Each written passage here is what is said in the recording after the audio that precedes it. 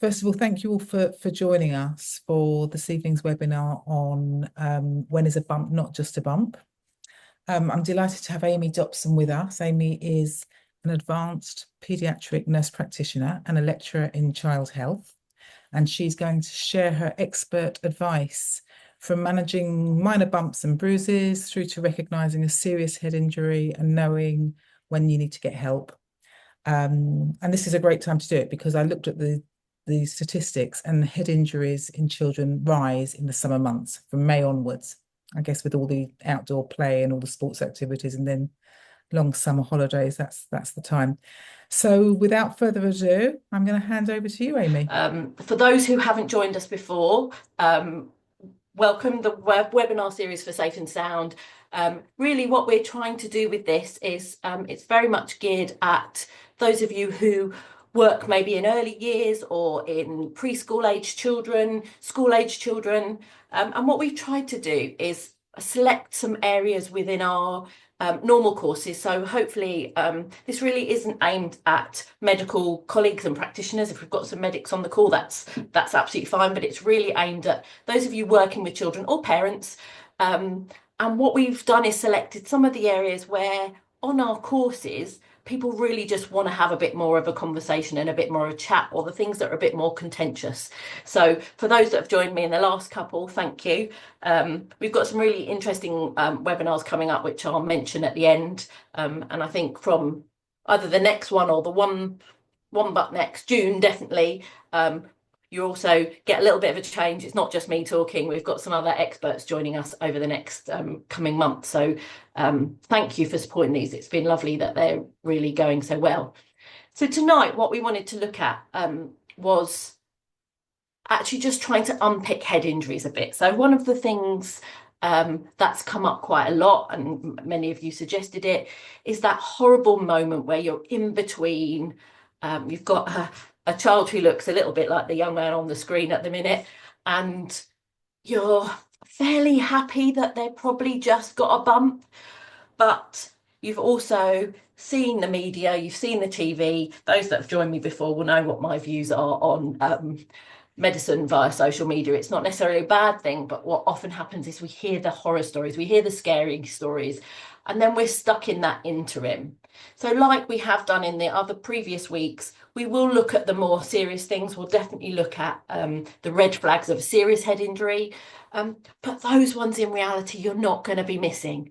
The child who, and let's say sadly, is probably outside of, so again, for the parents on the call, I do apologise if quite often I refer to an early years or a work type of environment, but you know, the child that is outside of the school, has crossed the road and has been hit by a car, you know right from the start that that's a serious situation, and almost certainly you're going to call an ambulance. But we will look at those, but we're also going to just unpick a little bit those ones that are in between. Do I need to call an ambulance now? Can I wait until the parent comes? And as a parent, can I watch them for a little while, or should I get some help now? And we'll try and unpick that. And like we've done in the other ones, for those that have joined us before, I will chat probably, I will try and contain it to about half an hour. So I'll chat through and we've got a little bit of a presentation, and then we'll open the floor to questions. So again, if you're new to us, you should have access to the chat. Pop your questions in the chat, and then at the end, I'll go through as many of them as I can, and we'll try and group them together. So rather than just chatting, let's get on with things a little bit. So the brain. Let's first have a little bit of a think about the dynamics of the brain. So if we think about the brain, as we have done with everything else we've looked at in different weeks, we're thinking about a pretty small in physical size and weight part of our body, a small organ within our body. But our brain is our absolute control center of everything. So all of your commands, if you think about all of the things that you do, your actions, your functions, whether that's breathing, talking, moving, hearing, smelling, tasting, all of those things are controlled by our brain. So one of the really helpful things about that, though, is that if something's wrong with our brain, we have lots of things that will tell us about it. So it is actually quite easy to unpick, have we maybe got a problem with the organ of the brain. And that's really what we're worrying about with a head injury. So our brain is our absolute nerve center. Billions and billions of nerves are connected to the rest of our body. So our brain controls everything that we're doing. So if we think about head injuries for a minute, what we're really trying to establish is, has something gone wrong within the brain, or have we actually just had a bump and our injury surrounds the skin and the soft tissues that sit outside of the skull? So is our injury on external, is our injury on our forehead, on our face, and involving the soft tissues, or actually have we got something going on inside that we can't necessarily see? So we're going to unpick this into 3 areas. So most of what happens, most of the injuries that children sustain come under the category of a minor head injury. These are our bumps. So what's been injured is the head, the skull, the skin, the soft tissues, maybe part of the face, maybe even the facial bones. There might be still something that we need to worry about, but it's an external minor injury to the head. The other end of the spectrum is the serious and the severe brain injury, whether that's through trauma or non-trauma. Non-trauma is quite rare in children, and non-traumatic brain injuries is when we're thinking of things like strokes or a brain hemorrhage. So that's very unusual and rare in a child. And traumatic would be through an injury. So we're looking at a big injury to the brain. And those, as I said, we will look at, but you're not really going to miss those. We have this group, though, in the middle, which is where we're worried about, could the child have had an injury that's significant enough that they've got concussion? And concussion is a mild injury to the brain. So let's just try and unpick that a little bit more. So our brain, it sits within a very hard box, which is one of the things for us to really get our head around with brain injuries. The skull is a hard box which contains this soft organ. But around the brain, we have fluid and we have soft tissues whose sole objective is protection. So in a minor head injury, so when your child runs and they bump into a wall or they bump into a door, and we sustain an injury like that young man at the front of the first picture, then what's usually happened there is the brain has moved within the fluid that protects it, and it's had a little bit of a shake, but it hasn't actually hit against the hard surfaces. With all injuries, what we can get is bruising and swelling. So if you just think about when you last sprained an ankle or a wrist, actually one of the first things that would have happened probably was that you had some bruising and that you had some swelling. And the same thing can happen within the brain. So what we're trying to establish is whether in concussion, what's happened is that that shake of the brain against that hard surface has caused more irritation than in that minor head injury where it's just floated. And we probably have got a little bit of swelling or a little bit of bruising. The sort of injury that can settle itself down and can self-resolve, but the sort of injury that we might at very least want someone professional to review, and we would want the child to have been properly assessed and properly observed. And then we have that more significant injury where the cushioning hasn't been enough to protect the brain. The organ itself has almost certainly hit against the side of that hard box, and actually now we've got potentially some bleeding within the brain or some significant swelling. And the concern with a head injury is that there's nowhere for swelling to go. So when we injure maybe a limb or bruise and swelling around the wrist can swell out, but there's nothing other than skin that's really containing it, and the skin can stretch a bit. Whereas with inside a box, a hard box like the brain and the skull, we've actually create pressure if we have too much swelling. So they're the things that we know about. We know that potentially if our child injures the brain, and the child has bleeding within the brain, we all know that that's a serious problem. So we all understandably worry about it. Yet for the majority of the children, actually, the injury won't involve the brain itself. The injury will just involve those soft external tissues.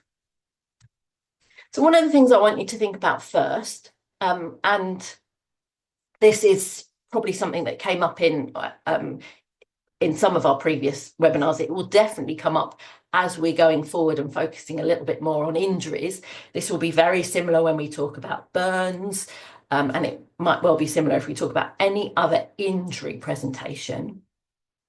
The first thing that I want you to do is just pause for a second and think, okay, what's happened and how significant do I think this mechanism is? Now, sometimes you might not know that. You know, I'm sure there's a couple of you thinking, well, that's easy for you to say, Amy, you see these all the time. But just for a minute, think, okay, do I think that this was significant enough that the child could have a nasty brain injury? And for many of the things that you're going to see in a normal household environment, in normal injuries, really the mechanism is very, very low. So a child who falls from a sofa onto a carpeted floor is almost certainly going to be pretty safe.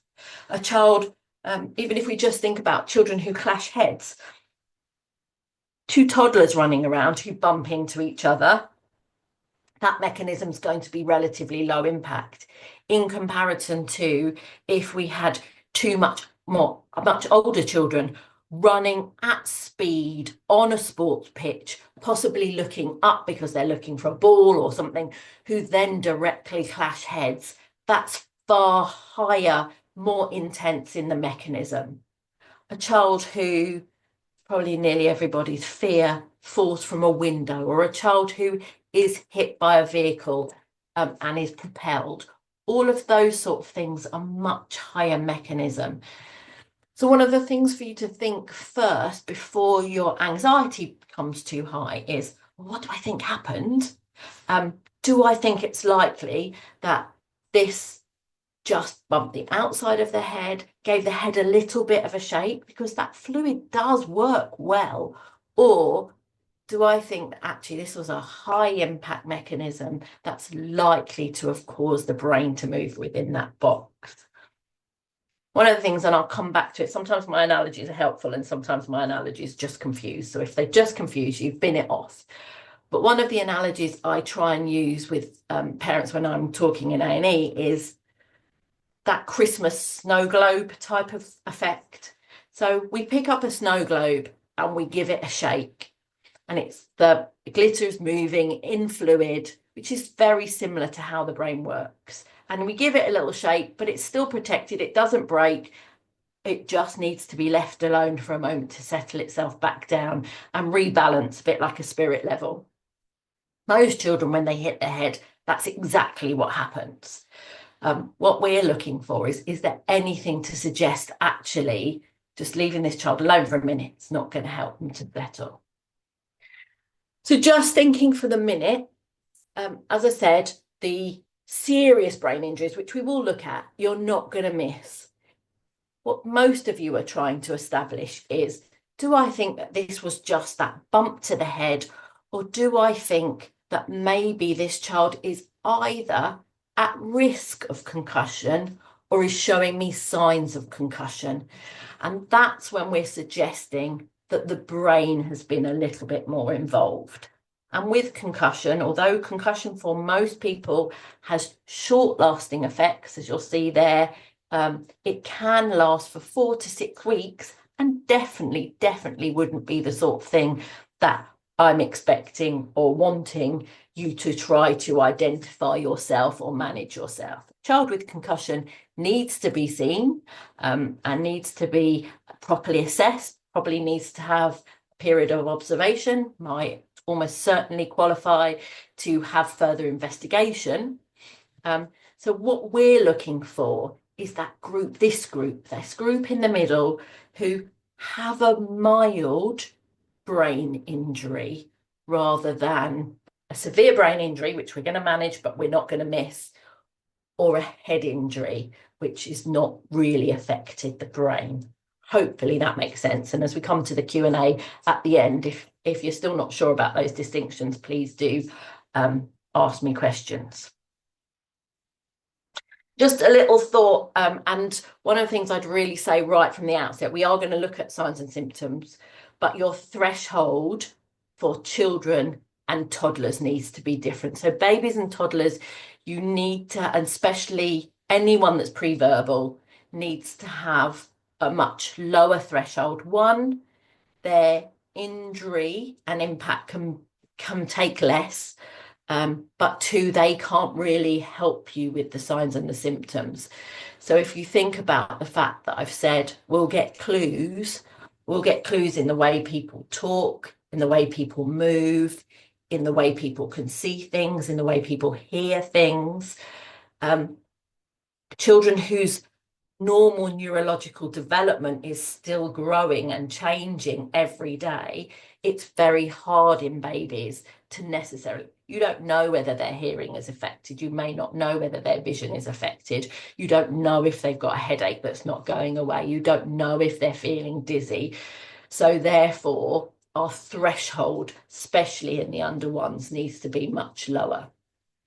Sort of things you can think about for a risk, and this one's an interesting one because the height of a bed is probably not that easy to measure by. We can have a bed that's a foot off the ground, we can have a bed that's 3 or 4 foot off the ground, you can have a bunk bed. So baby shouldn't be on the bunk bed, but a fall from beds is not so helpful. But even just something like a fall from a changing mat surface, something falling onto a baby, being dropped, probably the most common one I would have seen for infants and small children is being dropped, but usually a mechanism like a parent tripping and falling, especially a parent tripping and falling on stairs, or something like a car accident. So we will come back to this, and by all means ask questions.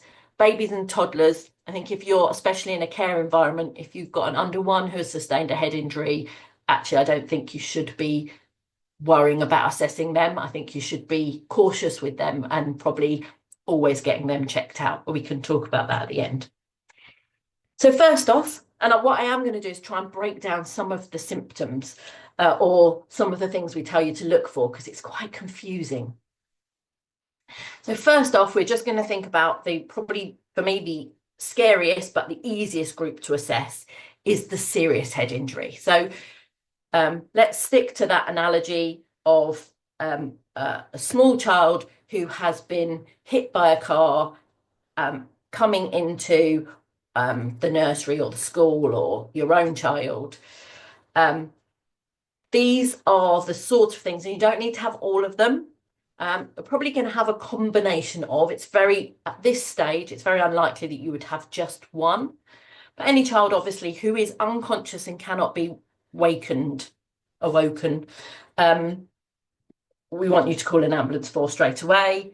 I'm going to talk about difficulty staying awake in a second, but at the moment, I want you to think about this as a child who's very difficult to rouse. We've got confusion or disorientation there, changes in speech, balance, movement. Now, actually, probably for you to be calling an ambulance, they're not moving very much. So we're talking about the child maybe who clashes heads with something, falls from something, tries to get up and is wobbly. They need to have an ambulance. Any sort of weakness or numbness within their body, them clearly saying that they can't see very well and they're feeling persistently dizzy. Now, in the initial interim, you may have some of these symptoms that we'll talk about in a second that resolve very, very quickly. Those you might not necessarily need to worry about, but these are the children where I don't need to move you, and I've got some first aid advice coming up. I don't want to do very much with you. I want to call an ambulance now. I should be worried that there is a significant head injury here. So the other thing that you might notice there is quite quick, sudden bruising, and not particularly from the point of impact. So around the ears, around the eyes, and particularly bruising that comes in an area that wasn't where the child hit themselves. we've got a fit or a convulsion there. So those of you that came to a previous session on seizures will know all of those 3 words mean exactly the same thing.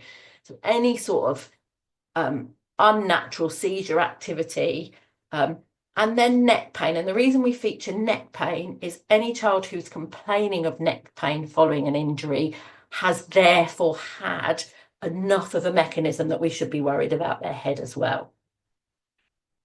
We've got just a couple of other signs to call an ambulance to get immediate help for babies and toddlers.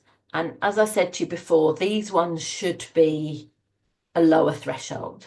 So a baby who is persistently crying, and be interesting to know how you guys feel about this, but for me, I've never, as a mum, and that was as a mum of a baby was a long time ago for me now, but as a mum I was never very good at the, oh, this is a food cry or this is a sleepy cry.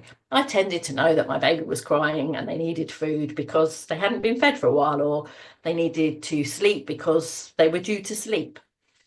That cry, though, of pain and discomfort, irritability, is a cry that doesn't sound like anything else, and really makes you feel uncomfortable. As a general rule, I'm not going to say I've never not noticed any, but generally I can walk into quite a busy children's A&E and immediately pick up on a irritable baby's cry that's very different than a grizzly fed up, I don't feel very well cry.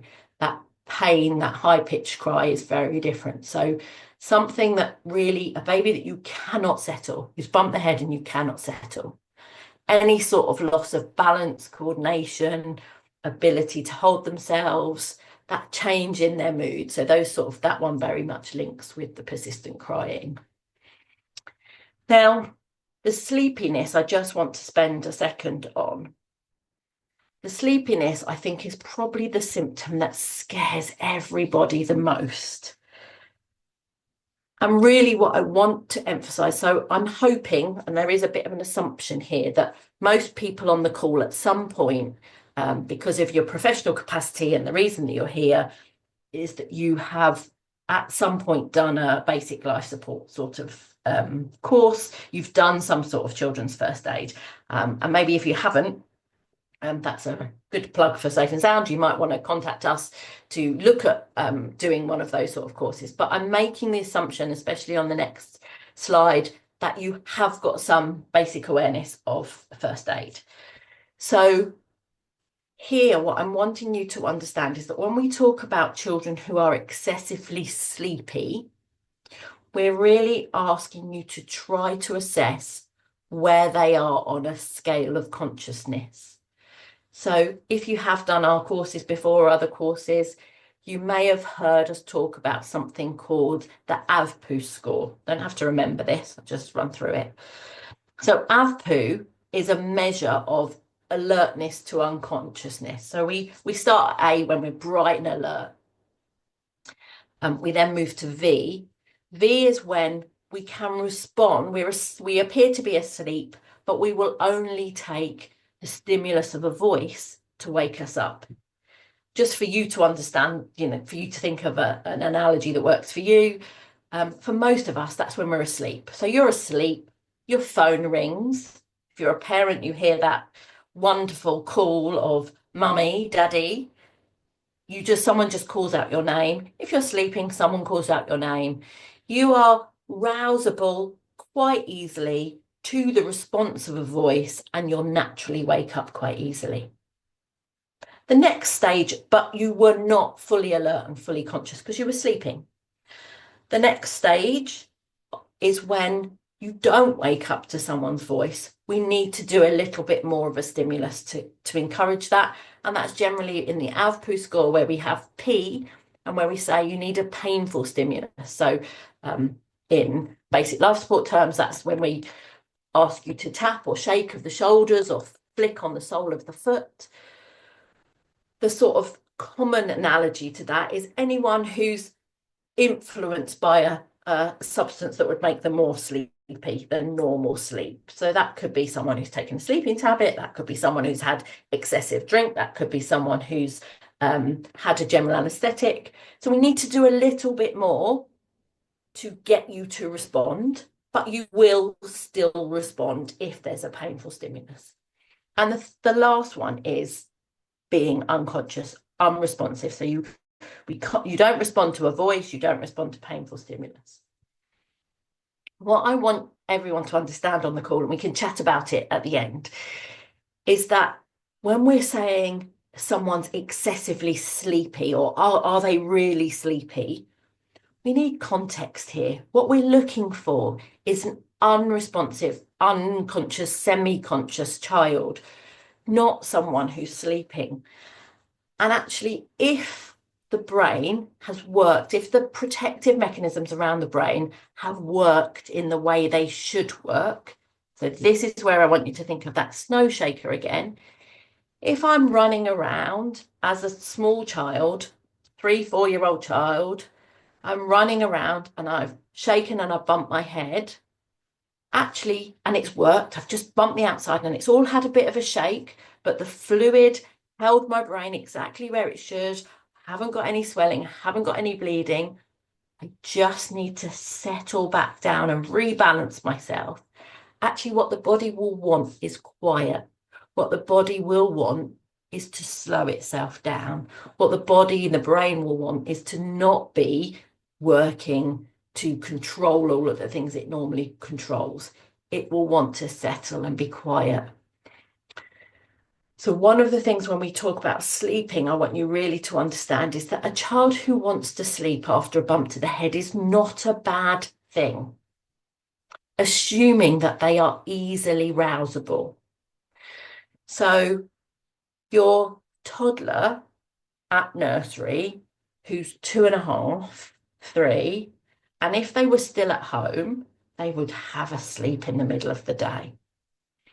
And this is 2:30, 3 o'clock in the afternoon. And this child you've been watching is absolutely fighting sleep. And this is, a family, the classic of a family party where you've let your child stay up too late and they are exhausted and they've run around and they've just bumped into the door and they've bumped their head and they've hurt themselves and they're crying and they've come to you for a cuddle and they've had a cuddle and they're snuggled into you and then they fall asleep. That's actually pretty normal, and that's exactly what their brain needs to do. It needs to just switch itself down, slow down, and resettle. So what we want to think about, and one of the things that I always say on these calls is, if you are worried, just call for help. My aim is never, ever to put you off or make you look after someone that's worrying you or frightening you. If you want medical advice, ask for medical advice. That's always fine. This is more about that scenario of, I think they're absolutely fine. They literally just bumped their head. They were already exhausted. They've cried and now they've fallen asleep. But they look perfect colour. It was a tiny little bump.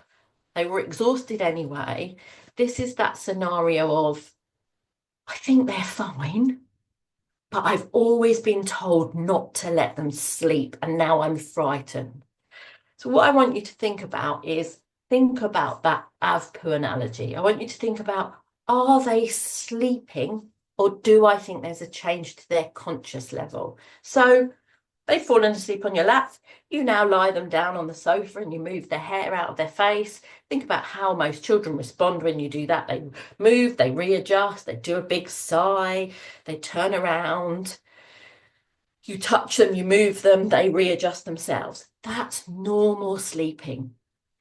Actually, one of the really good tips, if this was something that's bothering you, that I always give people, this works best for parents, but with their own children, but it works for people that look after children. Just don't look at them for a moment and just listen to them. You will be so used to listening to or watching in the dark a sleeping child. So every parent on the call with a young child will know that we all obsess at watching them sleep. So if you just turn your head for a moment and you just listen how they're breathing, you would recognize difference. You would recognize change. And that's really this thing about sleeping. It's about noticing a difference in their conscious level, not about the child snuggling into you in a completely normal way, curling themselves up in a little ball because they bumped their head, they've cried, and they just need to have a little rest and a sleep. What you might want to do is have them somewhere that they're nice and visible to you, somewhere that you can just let them settle for a little while and then just gently try and wake them up. That's normal sleeping. That's not a reduced level of consciousness. And as I said, if we need to, we can chat through that at the end. I realise I've stayed on that one for a while, but I think it's a really important one. So just a quick think about those children that we are really worried about. So this is our emergency situation. We've already called an ambulance. Oh, you're waiting for the ambulance. I think one of the things that's really hard is with a head injury, unless it's externally bleeding, and maybe you can put some pressure on that. The hardest bit with a head injury is there's not much you can do first aid wise. All you can do in first aid for a head injury is get help and be ready to act if the situation gets even worse. So what we do want you to do, a child who's got some bleeding and swelling within the brain, so I'm thinking that severe injury at the minute, actually what we don't want them to do is increase their heart rate, get agitated, bleed more. We want to try and keep the situation as calm as possible, but ultimately what's happening inside their head, you can't change. You just can get them to help. Don't really want them moved because if they've got a nasty head injury, they might have a nasty neck injury. But what I do really want to emphasize here, though, is a young child, particularly a confused young child, an irritable young child, although we ideally don't want to move them, we also don't want to force them to stay in one position. So if you've got a child, let's go back to that analogy of knocked over outside the school, nursery, got a child who's been hit by a car and they want to get up. The worst thing that can happen is for someone to force them to stay down. Just imagine for a moment you're a 4-year-old who's been hit by a car and you've got all these faces looking at you while you're lying on the floor. You may well, especially if you're disorientated and agitated, want to get up. Allow the child to move in a way that they control. And so often what we suggest is that you let them just sit but stay still, maybe back against you and hold them, with their head against your chest, nice and still. But what you don't want to do is force them. So if they'll lie still on the floor, brilliant, wonderful. That's exactly what we want while you wait for the ambulance. But if they won't, then don't fight with them to stay still. So then in that stage, all you can do is wait, check for a response. So if they are very sleepy, just talk to them, see if you can gently rouse them every so often. Be ready to respond if they have a seizure. But those of you that know how to respond to a seizure know that we really just wait and watch and keep them safe. And then, which is never nice to think about, be comfortable with how you would respond if you thought they'd stop breathing. One of the last things I want to say, and then we'll move to the more likely scenarios, is I think, and this is for me, this is one of my little bugbears, I think it's modern media, to be honest, and I think it's about making a film dramatic and exciting. Back to that issue of sleep, if you were waiting for an ambulance with a child who's had a serious head injury, they are likely to be dozing off and falling asleep and waking up. And we're sort of encouraged to not let them sleep. Now, again, I want you to imagine you've been hit by a car, you're 4 years old, you're lying by the side of the road, you have pain in your head, your brain has been shaken around. Actually, what you need is calmness, and you probably do need to close your eyes. I think it almost feels nowadays as if you let them fall asleep, you will make the problem worse. What's happening inside their brain is happening at the same speed, whether they're awake or they're asleep. All that happens by them staying awake is that it's really easy for you to check where they are with regard to response. Instead, what I would encourage you to do is if they want to close their eyes, let them close their eyes, stay talking to them, maybe say something like, I'm just going to squeeze your hand, and if you can squeeze my hand back, they respond to you, then you can let them keep their eyes closed and doze off. Squeeze the hand again. If you're doing that little verbal or even mildly painful response, do you get a response from them? Then you know that you haven't got to do anything more, and you're watching their breathing while this is happening, waiting for the ambulance. So that's really if we were really worried. But let's move off the nastier for the last 5 minutes and go to the other sort of signs and symptoms. So we've got a couple of other things where you really should take your child to A&E. So this might not happen immediately after. It might not be like the serious ones and you're straight away. This is within the first couple of hours. And I would probably say this is a little bit harder, especially in a school or a nursery, on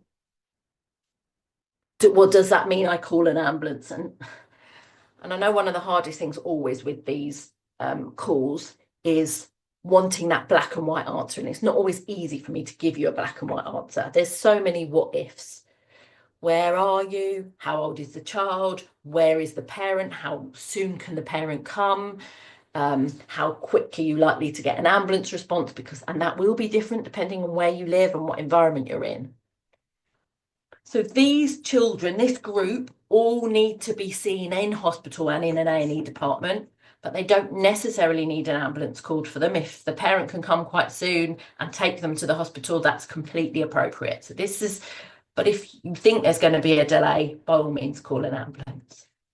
So any child who was knocked out and lost consciousness, even if they're awake now, if you are pretty comfortable that there was a period where they didn't respond, where you had to really go up to them and talk to them, call their name, maybe tap their shoulders, they lost consciousness, they must go to A&E.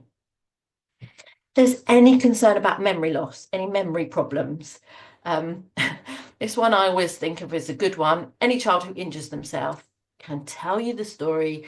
They can tell you who they were playing with. They can tell you what Fred said to them 5 minutes before they then ran over. They can tell you what colour the ball was. Children are very, very, very descriptive in their injuries.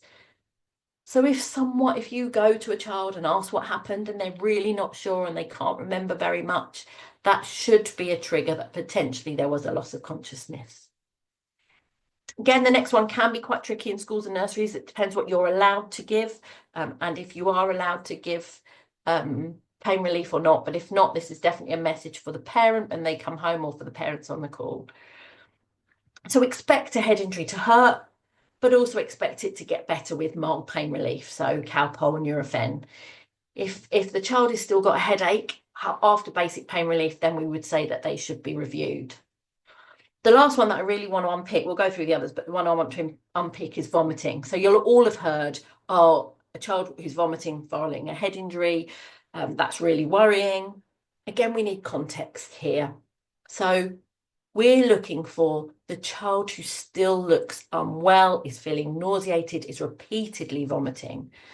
So the child, again, who bumps their head, cries loads, gets themselves really worked up, really hot and bothered, has a drink, has something to eat and vomits it straight up, but actually then looks fine afterwards, looks really good afterwards, looks better, looks livelier. That doesn't need to be seen in A&E. What we're looking for is the child who is vomiting or even just feeling very nauseated, but it's repeated, it's a pattern, and definitely a child who's vomiting multiple times. We want to see them in A&E. Any change in behaviour, this one can be quite a strange one to describe, but it's usually very obvious to see. It's something that's out of character.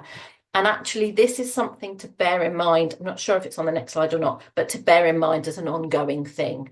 So sometimes the change in behaviour is very mild, but it comes in the days following a head injury. So just as an example to give to you, I saw a child once who was about 2 or 3 days post head injury, and she came into A&E because that morning she was about 5 and she got herself dressed normally, and that morning she put her clothes on inside out and back to front, but couldn't really notice that she'd done anything odd. And normally she would dress herself. My dad had concussion, and when he had concussion, we took in the game Trivial Pursuit. He could answer all the questions, but he didn't know how to play the game. So it's that sort of thing that's hard to put your finger on, but it's very obvious when you notice it. And then that other one of deafness, I'm aware of times. I'm just going to move a bit quicker for the last, it's only about 2 slides left. Then these last ones are things that just bear in mind that they're not quite right. They don't need an emergency. They probably don't need to leave the school environment. They can wait till later on in the day, but just following a head injury, and these are usually the things that come a day or so later. So I bumped my head yesterday. We thought we were all right. It seemed okay, but that headache is still just lingering, or that feeling of nausea is still lingering, or the child complains to having, they don't normally verbalize dizziness very well, but to just feeling funny, that difficulty in distraction, any problems with vision, all of those things do at least need a medical review, but probably just a walk-in centre, minor injuries, someone to properly assess them and just to be sure that they're all right. So just first aid following a head injury, and then we'll open up to questions. So the cool pack is always a really interesting one. Do you use a cool pack? Well, actually, if I've got an external bump to my head and I've got a swelling, lots of children like it. It probably will help that swelling go down quicker. It also won't be a problem if you don't use it. So my message with cool packs is really use it if the child likes it. I was asking my niece who's doing a childcare course the other day what she would do, and the first thing she said, oh, I'd always put a cold something on it. Most children like it, and I think she's probably right. It won't change very much. Do let the children rest, and as I said, they do not need to stay awake. Let them sleep, but maybe let them sleep in an easy to visualize place. Give painkillers if you can. I realize you can't all in a work environment, but paracetamol, Nurofen, paracetamol particularly, so Calpol is particularly helpful. See if that helps, and then make sure that you are keeping an eye on the person for 24 hours. So are they behaving in the normal way, but have that red flag of, well, that's not normal. General rule is that children shouldn't be at schools or nurseries until they're not got any symptoms. And as a general rule, this is not so helpful for the younger children, but think about actually, if you have been diagnosed with concussion, then you really need to stay away from sports. But those children should have been seen by a medical practitioner who would give you that advice anyway. We do generally say younger children try to avoid rough play for a couple of days, but I'm absolutely aware that that's often easier said than done. And by the time a child's ready for rough play, they are probably appropriate to play. What's probably best to think about is to make sure they're not being roughly played with. If the child is ready to engage back in playground, running around, then they're feeling up to that themselves.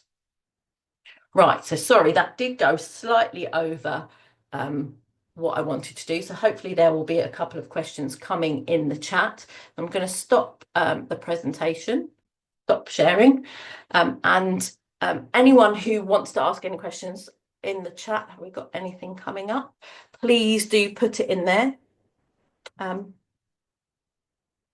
Strangely, normally we have loads by this point, so I've either blown your minds or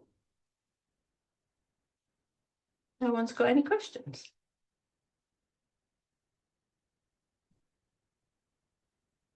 Now I'm concerned that the chat function might not be working. I think, shall I try and ask a question?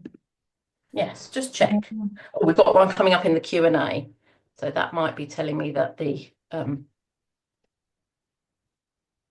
So we've got them coming up. Yeah, chat functions disabled, Tina, but that's fine. It does look as if you can do it in the Q&A, so really don't worry at all. We'll just use the Q&A one and I'll answer them.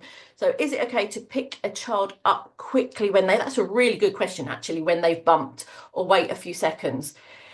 I think that is a great question, actually, in that to rush and pick a child straight up, it's impossible to have actually assessed anything. So I think your instinct of give them a minute sitting on the floor, check they're all right, and then let them get up is really sensible. So there's not, as is always the case with these, there's not a definite yes or no for anything, but what I'm guessing is your instinctive thought is, well, I've suddenly swept them up. What if they have hurt themselves? That's a good query, and I actually think I probably would quite like to go to them first. I would generally see all injured children down on the floor first. So I think scooping someone straight up isn't the best way to check that they haven't got an injury. Yeah, so we've got another question there. Is a head injury monitoring form useful to record signs and symptoms? I think that what is really helpful is if you're keeping hold of a child, so if you're not going to get a child to be reviewed, to have firstly a form that gives you some prompts is really, really useful. So some of the head injury monitoring forms will just ask general questions to be thinking about. So you've got a child, you don't think it's anything to worry about, and you want to be watching them yourself. It's really useful to have a monitoring form because it prompts you to think, how are they behaving? Are they normal? Are they yes? Are they no? But it also gives you something to give the parent afterwards. So what have you been looking at and what they can. So yeah, I do think it is a really useful way. We have to call parents every time.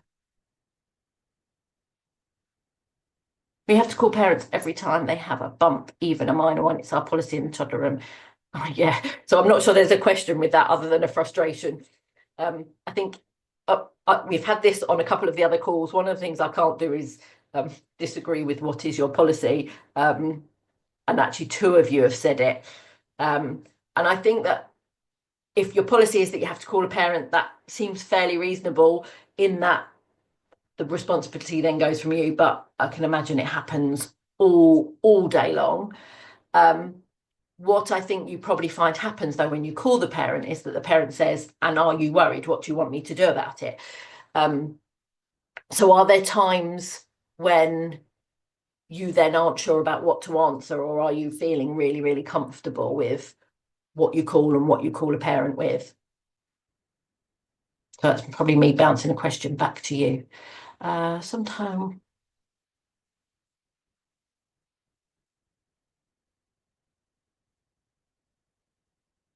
Oh, okay. So sometimes we saw I'm going to guess we saw they fell, but you can't see where the bump is. What should we do in that case? And so I'm going to guess this is a little bit about some of the myths that go around whether bumps are worse when they're out and worse than when they're in. You don't have to worry and focus so much on what you're externally seeing. What your focus should be on is how the child is behaving. So if we go back to thinking our brain controls everything we do, what's going to tell you whether there's a problem or not a problem is how are they behaving. So actually you saw a child fell and they don't have a bump. Well, probably what actually happened was that their shoulder or their hip or their bottom took the impact and then their head fell, or it just happened that child didn't get a bump, didn't get a swelling. That doesn't matter. Like, there's not really a difference between a child who has a big bump and a child who doesn't. There is a little bit of a conversation that talks about, and you don't need to worry when the bump's external. That's not completely 100% correct, because you can have an external injury and an internal injury. What I want you to take from that, and I'm not sure if I've answered your question, but hopefully I have. What I want you to take from that is whether there's a mark or not isn't such an issue. It's how are they afterwards?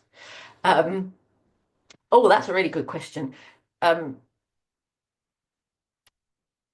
Actually, you couldn't. So what area of the head counts as a head injury? So we're not really considering the face within this. So you're right, sort of forehead, eyebrows above, all of the rest of the head and around.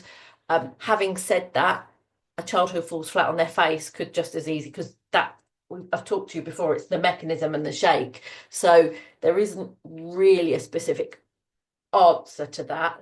You are more likely to have a head injury hitting other parts of the head, but actually if a child fell with force onto the front of the face, they could just as easily sustain a head injury. Hopefully that answers. If we're not sure how hard the bump was, what are our best actions? So again, if you're not sure how hard the bump was, it's about observing that child. So how are they immediately after? How easily and quickly can you settle them down? How were they when you arrived at them? So when you first came across the child, are they alert and awake? One of the things I would say, which I didn't really say in the presentation, is if you can, and by all means take that pause first, but take them away from everyone else. Like, can you sit somewhere quiet with them and settle them down? How quickly do they settle down? How quickly are they behaving normally again? But the one thing I want to really, really emphasize is it's not what you visually see, it's how is the child behaving, which sort of goes into the next one. Is there amount of swelling, visible injury, and indication to how much you should be worried? And really, I'd love to tell you that that was an easy answer, but no, absolutely not. So you could have a child with proper concussion and a slight bit of swelling and inflammation inside of the head and not an external mark. And you could just as easily have a child who was hit by a car with a lot of external injury and internal injury. There isn't a really good answer. One of the things I would say though is for you to be concerned, you're not going to just see one thing. So it really is about watching how that child's behaving.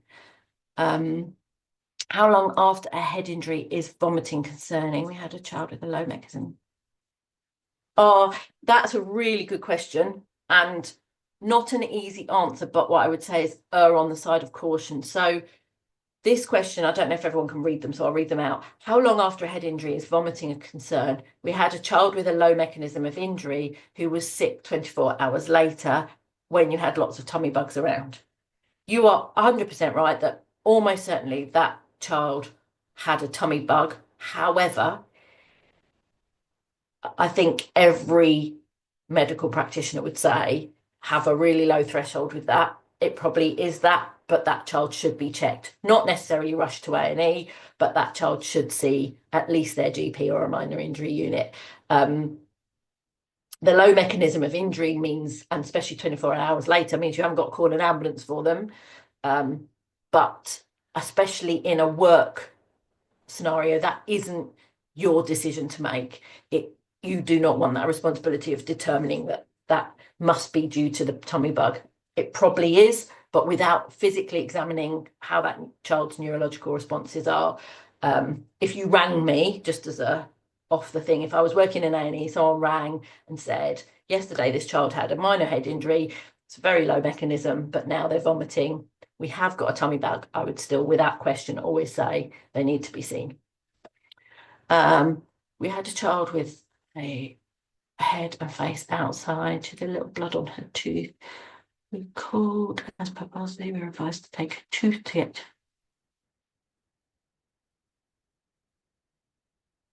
Yeah, so okay, so this query is, we had a child bump, we've had something really similar to this at the last two calls. So we had a child bump her head and face outside. She had a little blood on her tooth. We called as per the policy and advised her to take her to get her tooth checked out. The mum said, or the parent said, so I'm going to guess mum, it's okay. She will look when she picks her up. And it was about 3 hours later. Is that the parent choice? And ultimately, yes, it is. What you can overrule is if you think the child is at risk or at danger. If the child, so this is where I go back again to behaviour. What you were looking at then is a sign, is a symptom, is blood on the tooth. Blood on the tooth could be something, could be nothing. Is that child behaving normally? Is that child awake, alert, vomiting, anything else? But ultimately, yeah, if the child is behaving normally and you didn't hit any of those ambulance red flags, then that is completely parent's choice. Obviously, we talked about this think at one of the last ones, if you're repeatedly having problems like this, then you might get into the, have you got a safeguarding issue with regard to what the parent's doing? But that alone, in isolation with the child who's behaving normally, I would say is a reasonable response. And a tooth is far less an injury to a tooth or a mouth, as long as it's not still copiously bleeding, it isn't likely to be a significant injury. But I can understand that an injury and you wanted the child to get seen. Yes, absolutely, 100%. It is a myth that putting butter on a head bump will reduce swelling. Doesn't really. Putting butter on anything, it will probably come up in the burns one, but you can ask Chrissy that.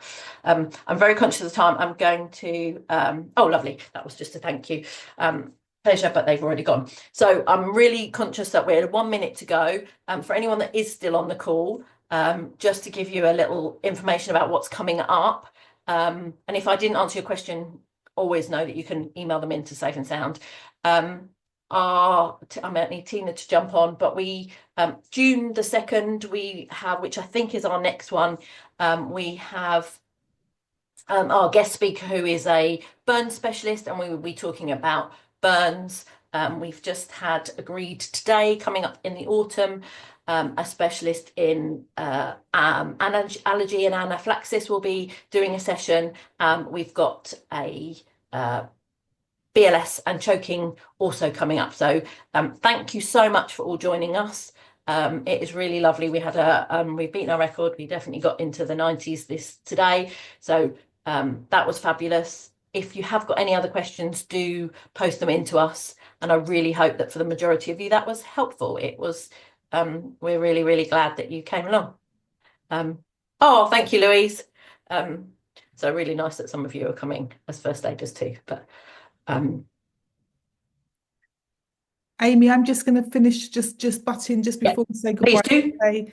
Again, thank you so much. If you need a CPD certificate for this session, there is a link to it in the email that you'll get, the follow-up email after this, with there's a very short survey just saying, did you enjoy it? Did you learn anything?